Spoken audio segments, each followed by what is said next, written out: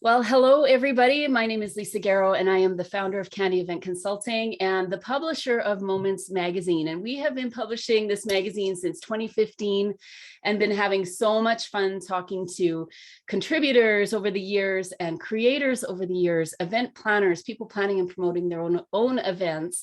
Planning and promoting their own events over the last couple of years has been tough. So I am so thrilled to be announcing the theme of this Moments coming up. It's actually going to be our last Moments magazine issue, but it's called Climb. And when I talk about climb in the issue, and as I'm curating all these great articles, I have been meeting some amazing people and also roping in some friends, Philip, along the way to have a conversation around what does it actually mean to climb. And climbing isn't just about being on the face of a mountain somewhere. There's so much that goes into it. So having conversations with people like you, Philip, is so helpful for me personally as I'm putting it together behind the scenes. But I wanted to bring you on and have a couple of conversations around what does it actually look like when you go climbing? Because this is such a huge part of your world. I know you wear a ton of different hats all over the place, but welcome here. Yeah, exactly. Do you want to tell people a little bit about yourself and what brought you here into the conversation to climbing and to this conversation today? Yeah, and thank you, Lisa. Like I'm very excited to be on this issue, and I have a ton of good stories that I want to share. And it's actually really exciting because I don't get to share them that often. So it's really cool to be able to share them. So a little bit of background on myself. I would be what you call, I guess, a serial entrepreneur in the financial space. So I wear, like you mentioned, many different hats. I have a couple different companies all in the financial space, and I won't get too much into them because they do kind of get a little bit complicated. But also the other side of my life now is, of course, the climbing side of my life. So I've been a climber now for about, I would say, I was thinking about it this morning, actually. I think I'm probably into like year 7 now, year 6 or 7. So there's been people that have climbed a lot longer than I have, but I think it was just something about it that, like, when I first did it for the first time, it just instantly clicked for me. And I was like, this is what I want to do. I love doing it. And so I've been climbing now for about 6-7 years, and I've been in business now for about 6-7 years. And so, as we mentioned, we talked about before, seeing the similarities between business as well as climbing, there's a lot of lessons that can be pulled from each different one. So yeah, I'm really excited to start talking about them. Well, and it's kind of cool as we've been talking about it, because there's always new stories. And I love that you have a YouTube channel. So I've been really observing from the comfort of my little home office here with my coffee and the sun shining in, and the thrilling, it seems, the thrilling process of getting yourself in the dark in your car, and sometimes you're with somebody and sometimes you're not. And I think the last video I watched of one of your climbs, somebody pulled up behind you and had their lights, coming behind you, and you're like, oh, someone else is here. But really, this is a solo adventure for you in so many ways, where you've got to be ready for the game, you've got to be prepared. And one thing that we had talked about early on was this idea of preparation. And I know when we were talking about ice climbing, I was mentioning how I used to climb when I was younger, and I used to actually teach youth to climb. And it was, at the time, it was in Winnipeg, and there's not a lot of mountains in Winnipeg. And they had built this climbing wall inside of their facility, which was an old fire hall. And so we would teach them to climb up through this, I don't know what you'd call it, but just where they have like the big tower. Indoor climb. Okay. It's indoor, yeah. And so you have these 4 walls, and it's kind of encased, and you're safe there. But when I moved out to Alberta, then I was like, I'm a climber, I can do this. And I started climbing in some of the indoors. There weren't a lot back then, where you could go climbing, but friends of mine took me out to the mountains, and it was just the wake up call. It's like when I did a bowling party for my daughter, and one of the girls was in tears in the corner because she had been bowling on the digitally, I forget what it's called. Oh, like the Wii? Yeah, on the Wii. And she's like, but I'm like such a good bowler. Yeah. I know, exactly. We're like, honey, it's not the same. It's not quite the same. But I felt exactly like that when they were like, oh, come climbing with us. And it was this amazing space. And I was ready to go. But I tell you, when you're on that mountain and you have to make it work and you've got to keep your partner safe, and it really did wake me up to what does it actually take to do this over and over again, not just muscle through a day like I did, Yeah. but to have this conversation with you about the preparation. So could we maybe just jump there where we're talking about in this issue, we're talking about event planners, we're talking about people that have come through what I call the valleys. So maybe that discouragement, you've hit the wall when COVID hit here in Canada, and things are, it's still closed in many ways. We're still going through that. But then I talk about base camp, where we're trying to map our way, like how do we actually find a way and build a route out of this, and then also the climb itself. But today I want to talk about preparation. So when you were helping me kind of put a couple of ideas together on what our conversations might be, we're going to be doing a couple of these. You had talked about luck is when preparation meets opportunity. And I was joking a little bit how when I'm preparing maybe to go ice climbing with you in the next few months. I would love it if you would come. I would love that so much. It would be so much fun. And it's funny because as you were talking about it, you're like, well, we'll have hot chocolate for you at the bottom. And that's the one thing. It's like, it's like, okay, if I have my hot chocolate, maybe I can make this happen, because I am cold-blooded. So for me, it's like really a challenge, but I want to consider the challenge. Tell us, what does preparation actually mean for you? Yeah, well, I'll tell you what it means in climbing. And it's like, this is actually like a perfect point to talk about right now in COVID, because of the fact that we can't really run that many seminars right now. And actually, I just saw a post for another individual running his first live seminar here in Calgary, I think in a couple of weeks or a month. And it was like, whoa, we're finally getting back to it now. So I feel like this is perfect timing for this point, because we've been preparing now for the last year and maybe training and coming up with material and content and learning. And I feel like some of those things are like finally getting to the accumulation of all the preparation of the event. And now finally we have the opportunity to host an event. It's like, oh, we could do it now. So this is a really good point to bring up in this time. But for climbing, for me, it really means two things. So physically preparing for a climb. And I train like a dog throughout the years. So as soon as like March is done, March, April, that's kind of like the end of ice climbing season. As soon as that's done, I might take like a couple weeks off, have a few beers, relax for a little while. But a couple of weeks. Yeah, a couple of weeks, maybe for a couple of months. No, I'm just kidding. But IPAs are my poison. So I really enjoy IPAs and red wine and scotch. And so I'll do that for a little bit, but then it's directly into training. So what I do is something called dry tooling.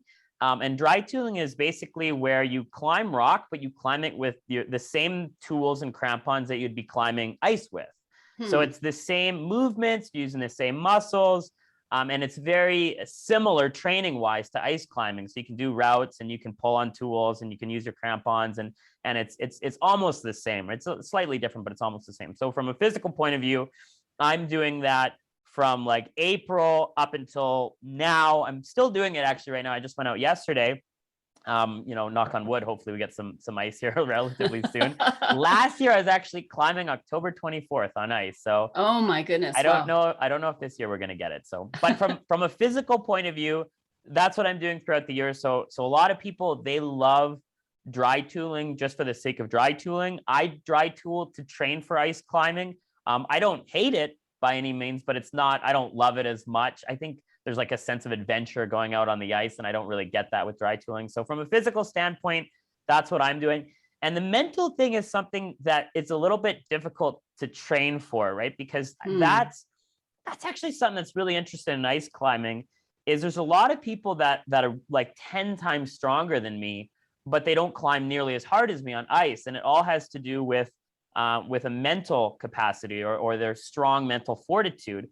The problem with ice climbing is like there's a golden rule that you never want to fall on ice. Like that's a golden rule, because even if the ice screw catches you, which it might not, because sometimes the ice is poor quality and it's not really good protection. But even if it does, it's just a bad general rule of thumb, because you have sharp tools, you have sharp crampons on your boots. And by the way, if you don't know what a crampon is, it's basically spikes that go on your boot that are very sharp. and you have rope. And these are just bad combinations to be flying around the air with. Yes. And so there's this golden rule that you don't want to fall on ice climbing. And so the mental, it's different than rock climbing, where if you fall, it's okay. You know, you can kind of get back up and keep going. But there's this mental game with ice where it's like, well, I cannot fall. So I can't climb anything that I'm not really comfortable doing. And if I can't put protection in because the ice is poor quality, you know, you really need to hone in your mental capacity, your mental fortitude, and push past that. And that's actually what interests me most about ice climbing, is breaking through the mental barriers, not necessarily the physical barriers, but the mental barriers, where you'll look at something and you're just thinking like, there's no way that I'll be able to climb that.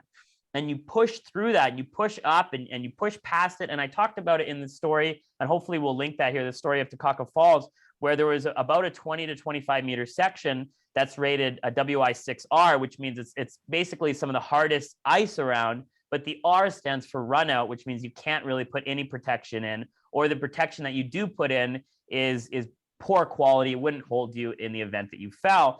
And so there's the protection would be the ice screw. The ice screw. Okay. Yeah. So we're going to post some of the or the videos so that you guys can see what that actually looks like, which is part of the challenge, I think, and knowing when do you use it, when don't you, but just so people understand what the protection is. So, okay. Yeah. Love that. It's the ice screw. Exactly. So mentally preparing for that is something, I guess, that kind of just happens when you get into it. You know, you can prepare as much as you can, but you know, when you get into it, you get into it. So talking about luck as a definition of opportunity meets preparation, I mean, this was Takaka Falls for me. So it was January or February that we climbed it. I'd been waiting all year to climb. It's a beautiful waterfall. It's up in the Ojo Valley. It's about a 14 or 15 kilometer ski up there. The road's closed. That's why you have to ski up. And it has to be like minus 30 or 40 for a week or 2 weeks for this whole waterfall to freeze. It's the second largest waterfall in Canada. And it's huge. If you've ever been up there in the summer, this thing, you can drive up there in the summer, and this thing is massive. It's the second largest in Canada. And so it just needs really cold temperatures to freeze.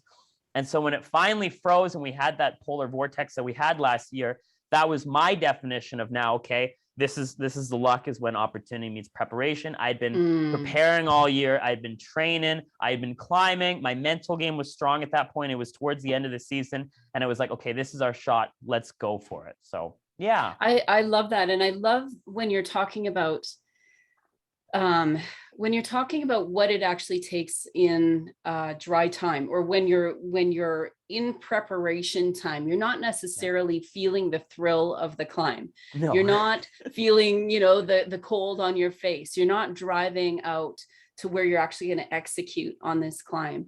You're in that space where you're imagining what it could be because you have some experience there, but you're letting that fuel your fire to prepare. Is that kind of how it is? Yeah. Like, because it's mental and physical. Yeah. So getting yourself, what would you say as far as keeping yourself in that space when you're on dry land, when you're not climbing, but you're preparing to climb? What kind of keeps you sharp? Yeah, it keeps you like motivated, you mean? Keeps you kind of in the game? That's a good question, actually. I don't know if I have a great answer for you. I think I just love it so much that I guess I've done it a while now that I know what happens if I don't prepare for it. And I'm like, I don't want that to happen again. Yes, exactly. Almost the negative impact that really reinforces it for me, as opposed to the positive. I'm like, I know how much it's going to suck if I don't train. Totally. So I might as well. But I love it so much that I don't need that much fuel to keep me going. It's something that I'm so passionate about in my life that, I mean, I love it all. I love the training. I go to the gym quite a bit as well. Like, we have a specialized program that's built for me for ice climbing. And it's just like, it's something that I know the more time that I dedicate into it, the more fun I'm going to have, the more proud I am of myself I'm going to be, the more positive reinforcement I'm going to get of myself. And it's just all these things kind of accumulating. And it might have something to do with the cycles of doing it now for a while, of training for it, having a great season, and then training again, having another great season, that it's kind of now a repetition. At this point, it's almost mechanical nature. It's like, okay, I know, what we need to do. And I know that the harder I train and the harder I prepare, the better it's going to be. So, and also probably the more you can soak into the experience when you're there. Because even as we try to figure out what's happening now on the event side of things, so exactly what you're saying, where we're preparing, we're learning new technologies, we're figuring out how do we run hybrid events, and a lot of this isn't necessarily put into practice the way it might look in the next year or 2 years, but the preparation to get us there, I think we're going to enjoy the experience so much more when we actually get to our climb. yeah. When we're doing it in a way that we understand the online component, we understand what our team needs to look like now. Things have shifted, and I think shifted for good in many ways. But then also when we're on site, whether that's online or eventually back in a building again, I believe that we're going to so be wanting to soak up the experience of the connection that we have missed for so many years, well, so many months and almost 2 years. Almost, now. yeah, almost 2 almost years. 2 years. Yeah. So I so appreciate what you're saying, Yeah. where it's the motivation of what we know is possible, because that always motivates me, the vision of what could be, but knowing that we could get this right, that we could lean into our experiences, and they'll have to be massaged, and we've got to learn some new skills and get our heads back in the game, and like you said, mentally be prepared. But I think we're going to see so many great opportunities coming up for those that are willing to do the preparation, set themselves up. I've coached a couple of gals in the last few months that they're like, I just want to be ahead of the game. When things open up, I want to be ready. Yeah. And that's where it gets really exciting, because like you say, then you can take on the falls that, second largest in Canada, and believe it's possible that you can actually make that happen. Yeah. Especially with events. Like, I run events obviously for my business. We've talked about this, but I've run lots of events that I've totally kiboshed. Like I bombed them, we'll say. All of us, yes. And it's because, I shouldn't say I've bombed them, but I walked away from that event knowing that I could have done better. It could have been a better event. It could have been executed more cleanly. Everything could have been done a little bit better, from the entry point to the seminar to the drinks and like everything, right? The exit, the follow-up. And so there is a magical feeling when you do put a lot of time. And for events, there's even more planning, right? Because you need to make sure all the moving components are going to align, especially if you have multiple different individuals helping you with it, and venue planning and the catering and the follow-up and getting people there. That when you finally, and there's such a magical feeling when you walk away from it and you finally executed on that event, and you know that you did it to the best of your ability because you prepared for it as much as you could. And of course, you can't plan for everything. Like, some things just happen that you need to adapt to on the fly. But you know that you walked away and you said, I gave that the best that I could. And that went as best as it could have. There's a really good feeling that you have inside for that. So it's the same with events. We call that a candy moment. Where it's like, boom, boom, boom, everything's going. And even if things kind of tip off the rails a little, or if you've got to readjust a hold, using the climbing analogy, you get to it and you're like, we not only muscled through, but everybody's okay. We took care of our team. We're getting good feedback. People are talking in the hallways, whatever it is for you. That feeling the next day where you're like, that was beautiful. And we can, adjust and scale and do all sorts of, debrief on it later. But having that appreciation for the moments, I think, is so important. And sort of getting back to the, even the name of my magazine is Moments, and very much because of that, because when we can get in the zone where we are executing well, where we're giving it all we've got, we might not be, as professional as the next person, or maybe we need to prepare more on something, but you truly know that you gave it everything you've got, and you reached out, you found some mentors, you found people to help.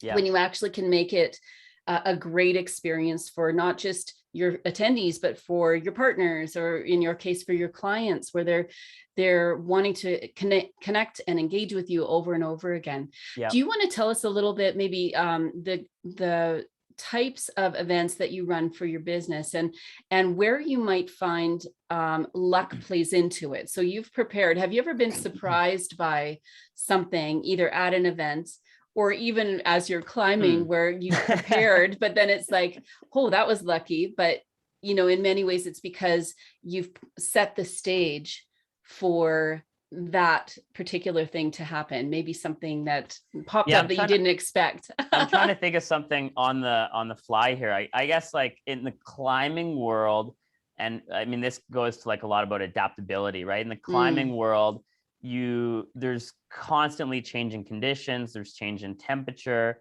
The ice quality could be different. The ice can change day to day, week to week. Wind can pick up. Like there's a lot of, obviously the biggest variable I would say for climbing is avalanche hazards. So planning for avalanche hazards is one of the most important things to do, I would say, in climbing. Most climbing accidents don't actually happen from falling or from like something going wrong with their ability or their climbing.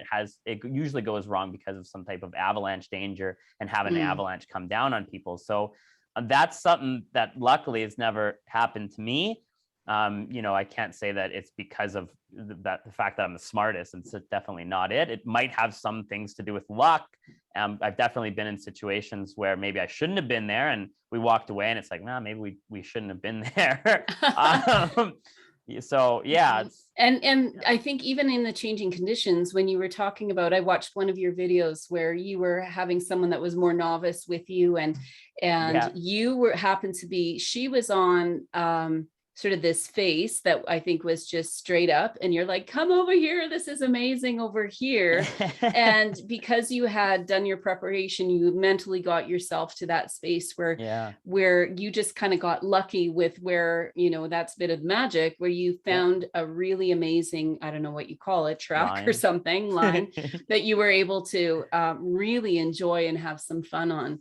And I think for all of us out there that are planning events, sometimes we miss those either a little rabbit trail moment, or you have to switch out, something on the stage, or, something doesn't arrive, it doesn't get delivered. So you have to readjust. And it turns out that was exactly the right thing. That was exactly what needed to happen on that time, on that day. And with many of my clients, even though, I used to teach risk management at the Mount Royal University here for event planners. Oh, interesting. Okay. And it is that balance of managing the risk, having your analysis, making sure everything's in place and that you know what could go wrong, because it might.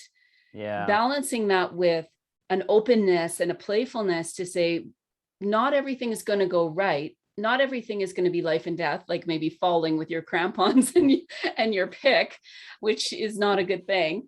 But there will be things that will happen that if we can embrace sort of that lucky strike, we can embrace maybe the magic of a moment that something went off. But if we had an open mind about it, how could we use that to our advantage?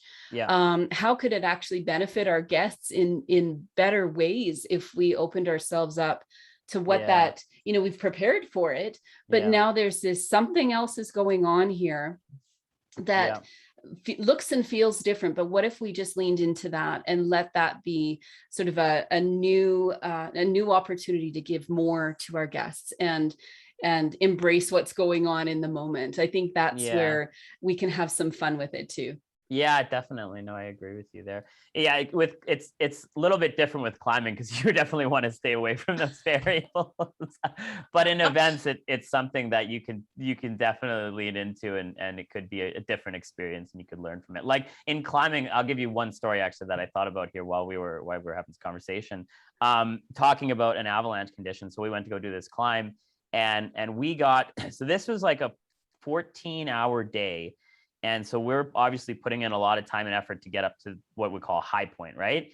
And we got 30 or 40 meters from the top of like a 600-meter climb, and these little pinwheels started coming down, and above us was this huge avalanche slope, basically, where avalanches constantly pour over. And so pinwheels are basically like, imagine, if you like rolled up a little snowball and you pushed it down a hill and it, kind of accumulates right? Okay. Those are like signs of an impending avalanche, right? Because if Okay. those are starting to slide, right, Yes. there's little sloughs down and the little pinwheels coming down, then chances are definitely, or not definitely, but there's a good chance something else might happen. So you got to think 14-hour day, 540 meters, 550 meters out of the 600. And, me and my partner just said, no, we got to pull it. And so we pulled it and we left. And it wasn't until the following year that I actually went back and finished it. So yeah, definitely need to adapt to those conditions. And I guess leaning into it and climbing is getting the heck out of there. Well, exactly. Well, and I think too, the understanding our limits, like all of that, when we talk about how do we prepare well, that's part of preparation, is knowing when we get to this level, or if we are even understanding ourselves well enough. We're on mental health, World Mental Health Day today. And when you're talking about mentally preparing, I think even for some of us, on the event planning side, we have been muscling through. We've been making lots of changes, managing a lot of changes. And we have to also acknowledge that there's times that we just need to step back, or we just need a breather, or we need to come down from the mountain and start again, next week, and giving ourselves that time. And so I think the preparation is knowing ourselves well enough, knowing where there are areas for us to learn more, maybe gain more competency in something. And then scaling is not about just, let's just go big or go home. This is about scaling to a next level that maybe we haven't reached before. And then we might have to try again. But that's the beauty of climbing too, is that you give yourself that grace to go as far. You have, I think, given me some grace in inviting me to go ice climbing, where you said, Lisa, you're not going to be that far off the ground. And I'm like, I'm probably going to be 2 feet off the ground and having my little panic attack. But that might be my first start, right? Where I feel like I can just, my scaling might be, minimal to obviously what you've been doing. And then we'll do 4 feet. And then after that, 8 feet. I need a lot of hot chocolate to go any farther than that. I'll bring all the hot chocolate. Don't worry. That's it. Well, and actually you were sharing with me the drink that you do take. So why don't, before we go, why don't you share with us how what drink you take, and then where people can find these videos and a little more about you. Yeah, sure. Yeah. So not hot chocolate for me. So I've been making this drink for a couple of years now, and I've got it down. But it's really, the ingredients are really simple. All it is ginger, lemon, and honey. But it's the way you got to get the ratios right. You got to get the timing right. And so in the morning, I wake up, let's say 4 or 5 in the morning to go out for my climb. So I'll boil the water. I have a thermos about, this big or whatever. If it's maybe a liter or something like that. So I'll cut a whole lemon up. I'll take the peel off of it, and I'll cut it up into chunks. I'll throw that in. And so that actually just dissolves in the hot water. There's nothing, it's pureed once it actually is finished. Yeah, it's really interesting. And then I'll get like a big chunk of ginger. I'll cut that all up, put that in the thermos as well. And then a big scoop of honey. And so the ingredients are relatively simple, and you got to play with it. It took me a while to get the ratios just right. And I had one yesterday and I nailed the ratios. I was like, okay, I'm getting good at this. That's awesome. And so, the ginger, lemon, honey tea. And the thing about it, you can't make it at home. I mean, you could, but it's got to sit in the hot water for in a hot thermos. So it stays hot as well for 4 hours to dissolve, the ginger and the honey, get everything, kind of accumulated all in this thermos. So about 4 or 5 hours later, I'm at the base of the climb. It's about 9-10 o'clock. And that's when I'm, pouring my first cup, and that's like, oh, it's good, right? And I think for all of you event planners out there, I think that would be a perfect thing, right? Because we do our, 15, 20-hour days, and then you've got something that is other than coffee, which, I am addicted to my Java. IV stream. Totally, exactly. That's fantastic. So where can people find more about your climbing and more about you? Yeah, so I have an awesome YouTube channel that I'm having a lot of fun actually recording these videos. You talked about watching the videos in the safety of your home. I'm editing the videos from last year in the safety of my home. I've even been watching them. I'm like, oh boy, that looks cold and hard. That's hilarious. So that can be found at Canadian Boys with a Z on YouTube. And I'm having a lot of fun with that. That's just like a little side passion project of mine.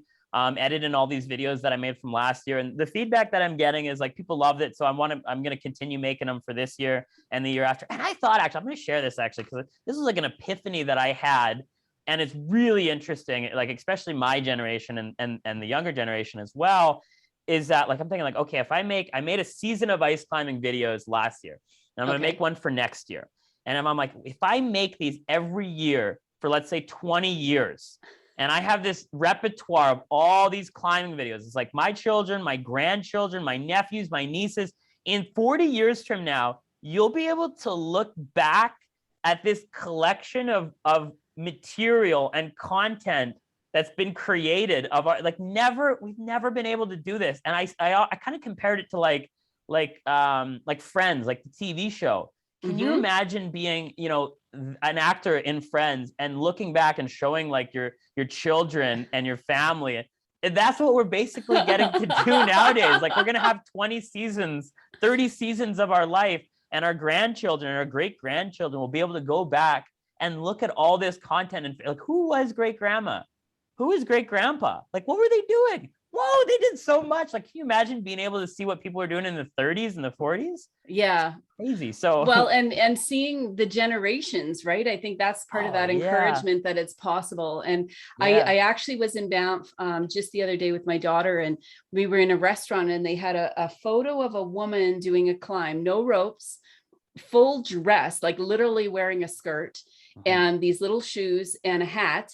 And she was one of the first woman climbers. And I took a couple of shots of it because I'm like, that's exactly the point, right? Is that over time we learn more, we gain more skills, we get the tools and new gear and things that make this even easier. But then we can find new places to climb and new ways of doing things. So yeah, absolutely. Awesome. Yeah. And then just one last note here on a professional side. On LinkedIn, you can find me under Philip Setter, and all my professional businesses and whatnot are on there. And I have fantastic. So and for those of you, because we've been saying that this is our live session, so we will be coming to you guys live. This is going to be every Monday, but it's Thanksgiving weekend, and I am so thankful, Philip, that you are willing to do this a little bit early, and we'll be posting this on YouTube tomorrow.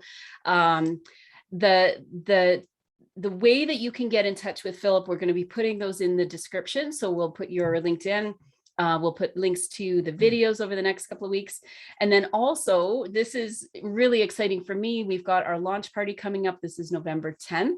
And so we'll be doing some discussion with Philip, another friend, Peter Woods, who is another climber here in Calgary, and facilitated by my good friend, Kim Westlund, is going to be with us that night too. So make sure you get your tickets. I will put the link to the ticket Eventbrite for all of you, and just watch. We're going to be doing other conversations with our contributors coming up, and so many great, I think, parallels that we can tie in from all sorts of different learnings we've all done over the last couple of years, and how do we feed that into our event planning lives.